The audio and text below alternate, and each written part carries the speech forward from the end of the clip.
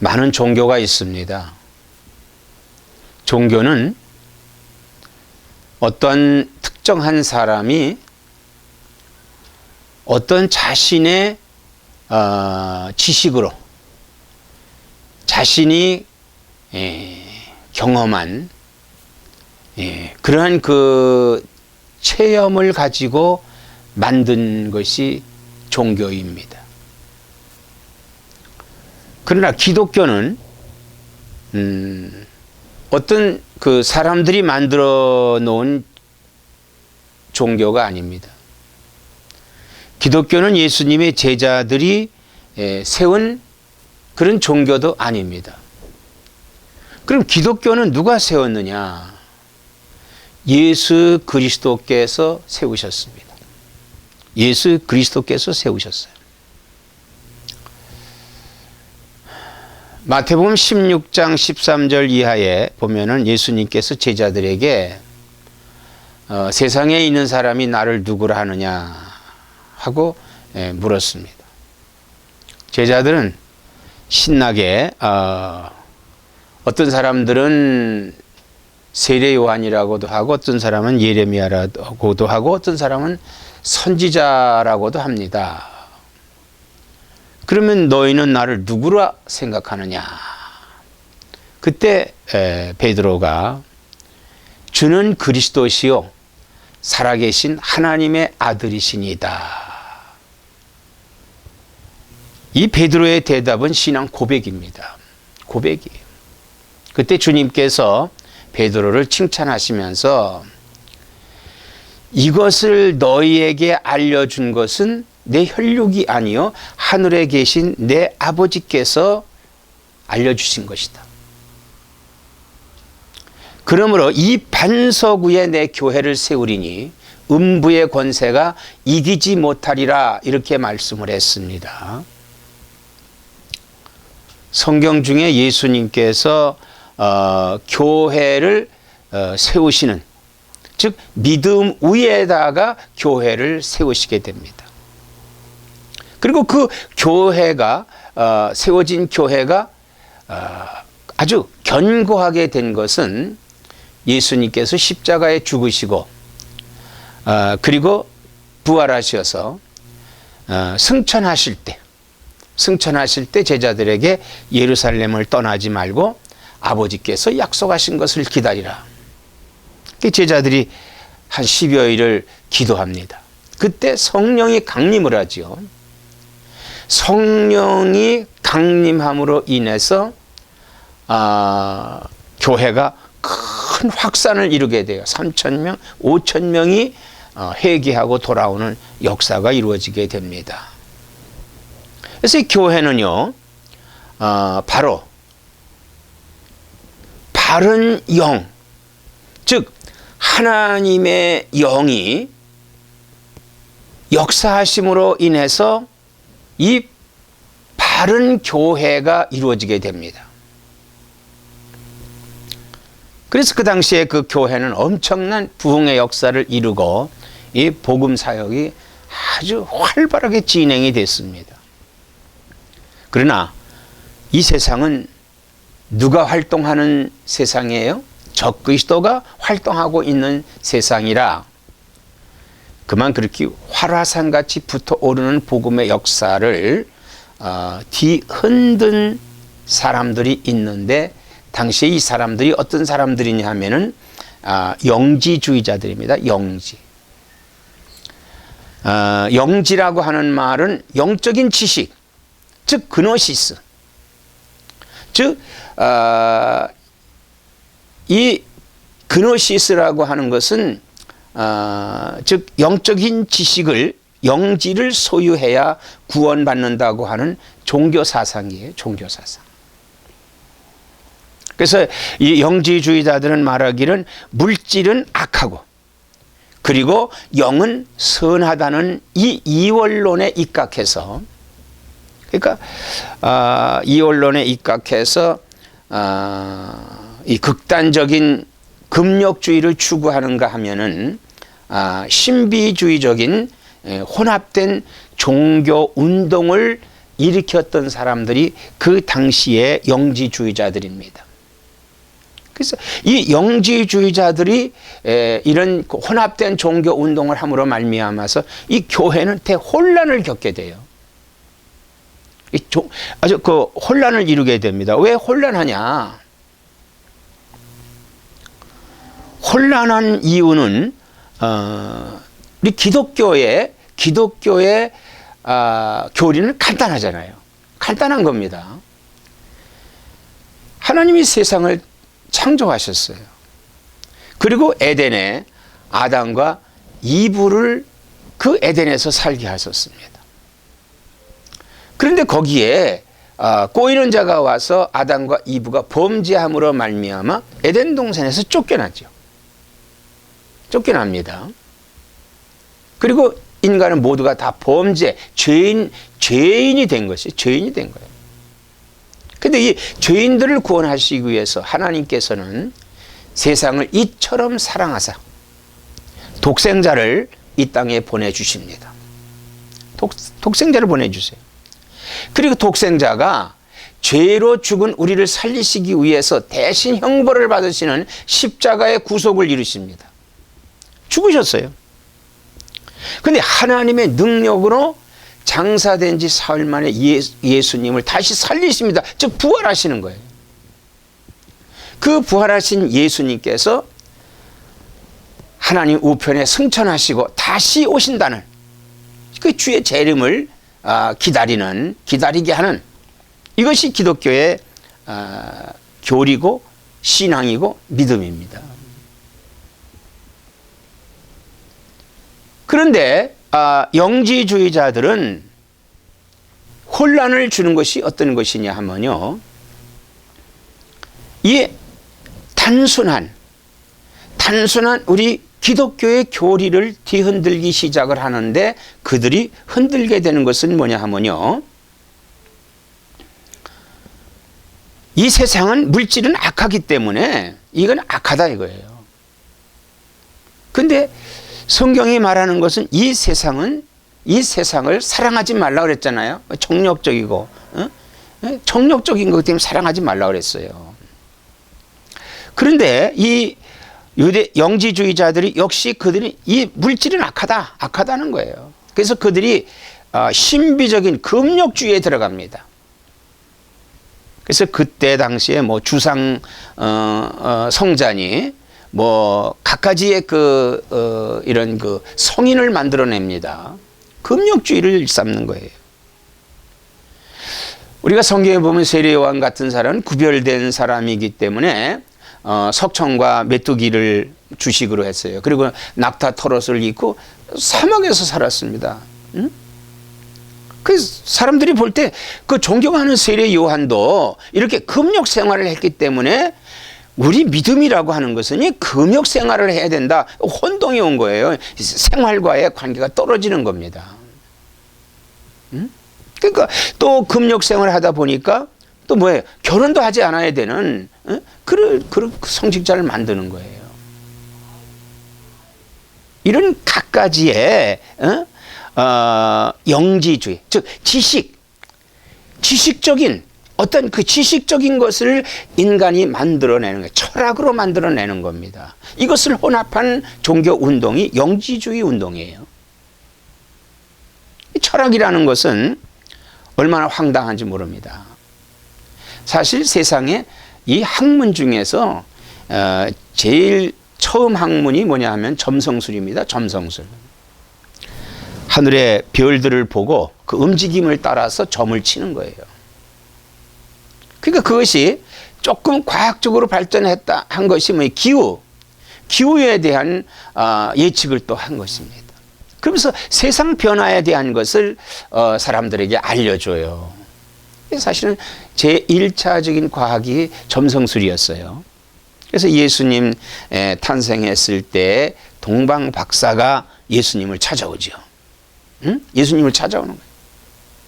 그러니까 그들이 그 기독교에 이제 그 성경에 예언된 그 별에 대해서, 그러니까 별을 연구하다 보니까 문득 그 메시아에 대한 것을 생각을 하고 그 별의 움직임을 보고 심상치 않다. 그래서 성경을 거기에 맞추어서 메시아가 탄생했다고 그들이 믿고 메시아를 찾아오는 겁니다. 그다음에 이 세상 과학이 제일 처음 또 과학이 뭐냐면 철학이에요. 철학. 이 철학이라고 하는 것이 어떤 거냐면요. 철학의 학문은 사상의 학문이에요. 생각의 학문이에요. 본래 지구 과학자들이 생각할 때 철학자들이 이 지구는 네모 반듯하다 생각했어요. 그래서 쭉 가다 보면은 낭떠러지로 떨어질 것이다. 그렇게 생각을 했습니다. 그러나 실제 지구는 어떻습니까? 둥그렇잖아요. 둥그렇습니다. 이 철학이 얼마나 황당하다 하는 것을 말하고 있지요. 그런가 하면은 우리가 이 또 현재적인 입장에서 볼 때 가장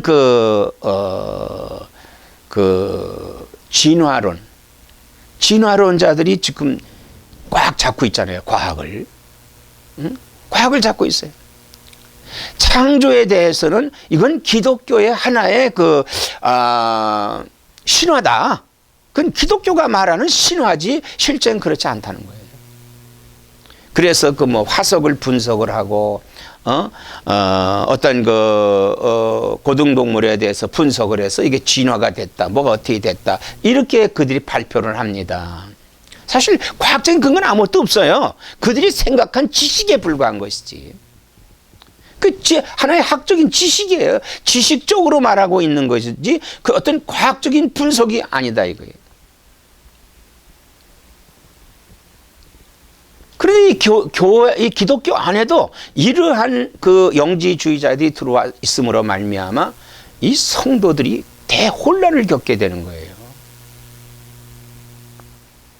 오늘 현대 교회는 어떻습니까? 현대 교회도 마찬가지예요. 우리가 종교 개혁도 역시 잘못된 인간의 지식으로 종교가 기독교가 잘못돼 있어 종교가 되는 것을 루터가 개혁을 하게 돼요. 개혁을 해죠. 구원은 믿음으로 받는다. 성경으로 들어가는 겁니다. 구원은 믿음으로 받는다 이거예요. 응? 자, 그러다 보니까 그러되면은 누가 행함을 있겠느냐. 그래서 믿는다라고 하는 것에만 치중을 해갖고 또 행함이 없는 이런 종파들이 또 생겨나고 갖가지 기독교가 자꾸 이렇게 혼잡해지는 그런 양상이 벌어지고 있는데, 그래서 많은 이단들이 세상에 등장을 하게 됩니다. 바로 이단이 적그리스도죠. 적그리스도예요. 오늘 가장 영향력이 있는 사람이 누구냐 하면은 교황입니다.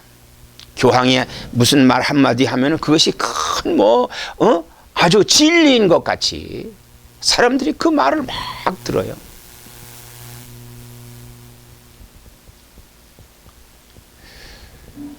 그리고 오늘날 교회가 우리가 개신교가 아주 이러한 지식주의에 빠지는 사람들이 많이 있습니다. 지식주의. 그래서 교회가 많은 혼란을 겪게 되는데, 그래서 교회가 그 판단을 세상 법정에 맡기는 그런 일도 있어요. 한국에 큰 교회가 그런 저희가 있었습니다. 어떤 교회도 많은 교회들이 그러한 이러한 혼란을 겪음으로 인해서 많은 사람에게 지탄을 받고 믿지 않는 사람들에게 손가락질을 받고 정말로 하나님의 영광을 가리는 그런 가운데 있다, 이런 말인 것입니다. 이 세상적인 지식은 하나님에 대한 지식이 아닙니다. 이 세상적인 지식을 가지고 하나님을 안다고 하는 것은 잘못된 신앙이에요. 이단들입니다. 그 이단들의 결과가 뭡니까? 그들의 결과는 뭐냐 하면은 천국을 말하지 않고 지상낙원을 얘기하고 있죠. 그 지상낙원이라고 하는 것은 사람의 생각이에요. 성경도 사람의 생각으로 해석을 하고 그 사람의 지식을 가지고 뭔가 그 갖다 맞추는 겁니다.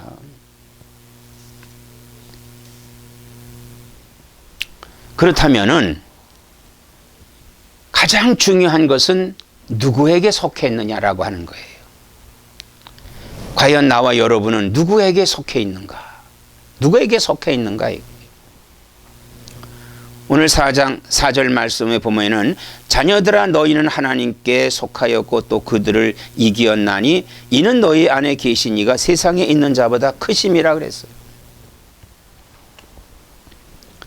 하나님께 속했다. 과연 내가 하나님께 속해 있는가 자신을 보살펴 봐야만 됩니다. 자신을 보살펴 봐야 돼요.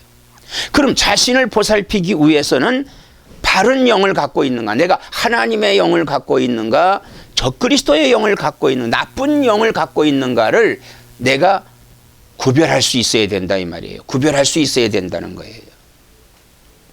그럼 그걸 무엇으로 구별할 수가 있느냐? 무엇으로 구별할 수 있는지 3절에 예수를 시인하지 아니하는 영마다 하나님께 속한 것이 아니니 이것이 곧 적그리스도의 영이니라. 예수를 시인하는 영은 하나님께 속해 있는 거고 예수를 시인하지 아니하는 영은 마귀에게 속해 있다 이거예요. 사탄에게 속해 있다. 적그리스도에게 속해 있다 이 말인 것입니다. 그런데 자, 우리가 하나님께 속해 있다면은 하나님은 어떤 분이시냐? 7절서부터 보겠습니다. 7절서부터 하나님은 어떤 분이시냐? 사랑하는 자들아 우리가 서로 사랑하자. 사랑은 하나님께 속한 것이니 사랑하는 자마다 하나님으로부터 나서 하나님을 알고 그랬어요. 이 사랑을 제일 먼저 한 분이 누구냐면 하나님이에요. 왜 하나님이냐? 하나님이 사람을 지으시고 보기에 좋았더라. 심히 좋았더라 그랬어요. 그리고 가정을 이루어 주셨는데 이들이 범죄했습니다. 그러나 하나님은 우리를 버리지 아니하시고 하나님은 우리를 구원하시기 위해서 예수 그리스도를 이 땅에 이게 하나님의 사랑이에요. 하나님 사랑. 하나님께 사랑이 없다면 예수님을 보내주시고 우리를 구원하실 리가 없지 않습니까? 또 새로운 창조를 해서 새롭게 하나님께서 역사하실 수가 있지만은 하나님 우리를 사랑하시고 그 사랑으로 말미암아서 우리를 예수 그리스도의 구원을 받게 한 것입니다. 그러면 예수 그리스도의 구원을 받은 우리는 어떻게 해야 돼? 하나님 우리를 사랑한 것 같이 우리도 사랑해야 된다 이거예요. 사랑해야 된다. 사랑해야 된다는 거예요. 그럼 사랑하는 자마다 하나님으로부터 나서 하나님을 알고 그랬어요. 자, 사랑하는 자마다 하나님께로 나서 하나님을 안다. 하나님을 아는 게 누구냐? 하나님을 아는 게 누구냐? 사랑하는 사람이에요. 하나님을 사랑하는 사람이 하나님을 아는 겁니다. 우리가 부모를 사랑하는 사람은요, 부모에 대해서 가장 효성이 강해요. 근데 부모를 사랑하지 않는 사람은 자기 부모를 버립니다. 버려둬요. 그리고 그 부모를 사랑하는 사람은 그 부모를 알듯이 하나님을 사랑하는 사람은 그 하나님을 안다 이거예요. 하나님이 어떤 분이냐? 하나님은 나를 사랑하시는 분이다 이거예요. 죄와 허물로 죽은 나를 살리신 그런 하나님이시다. 그런 하나님이시다고 하는 거예요. 그러므로 우리가 서로 사랑을 해야 하나님이 사랑이시기 때문에 우리도 사랑이 돼야 돼. 사랑하는 사람이 돼야 된다는 거예요. 사랑하는 사람이 돼야 된다.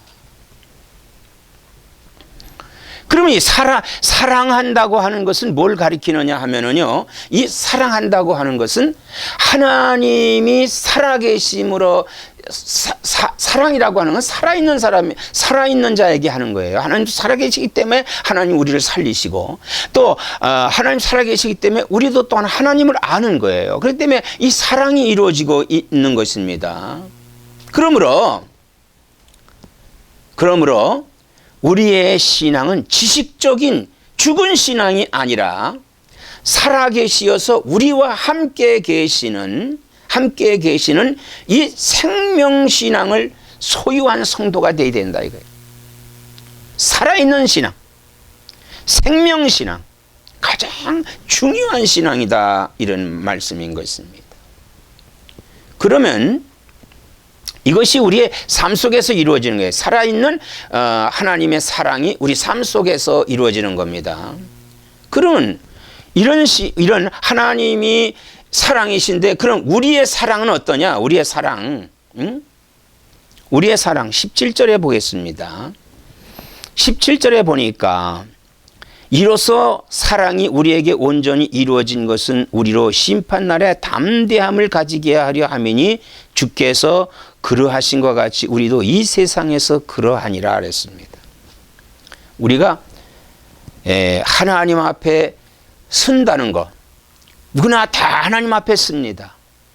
그러나 믿지 않는 자는 이미 심판을 받은 거예요. 그러나 우리는 이제 주님이 재림하셨을 때 다시 오셨을 때 우리는 그 앞에 쓴다 이거예요. 앞에 쓰게 되면은 우리 삶에서 우리가 어떤 신앙생활을 했는가에 대한 판결을 받게 됩니다.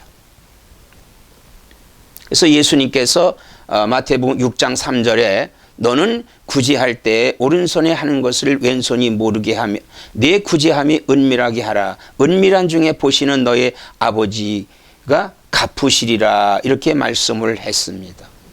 즉 이 말씀은요. 구제라든지 혹은 어떠한 남을 돕는 일에 그냥 허세로 하지 말고 진심으로 하는 거예요. 우리 삶 속에 생활 속에서 하라는 그런 말씀인 것입니다. 바로 사랑을 실천해야 된다는 거예요. 그게 뭡니까? 첫째로 우리는 하나님을 사랑하고 그리고 두 번째로 내 이웃을 내 몸같이 사랑을 하라고 하신 그 계명을 지키는 우리 삶 속에서 이런 계명을 지키는 자가 되어야 된다는 거예요. 그때 하나님 앞에 우리가 담대히 설 수 있다고 하는 것입니다. 자, 우리가 하나님 앞에 바로 설 수 있는 자세가 뭡니까? 우리 삶의 바른 삶. 즉 하나님이 사랑이시기 때문에 우리도 사랑하는 그 사랑 속에서 이루어지는 거예요. 사랑 속에서 이루어지는 겁니다.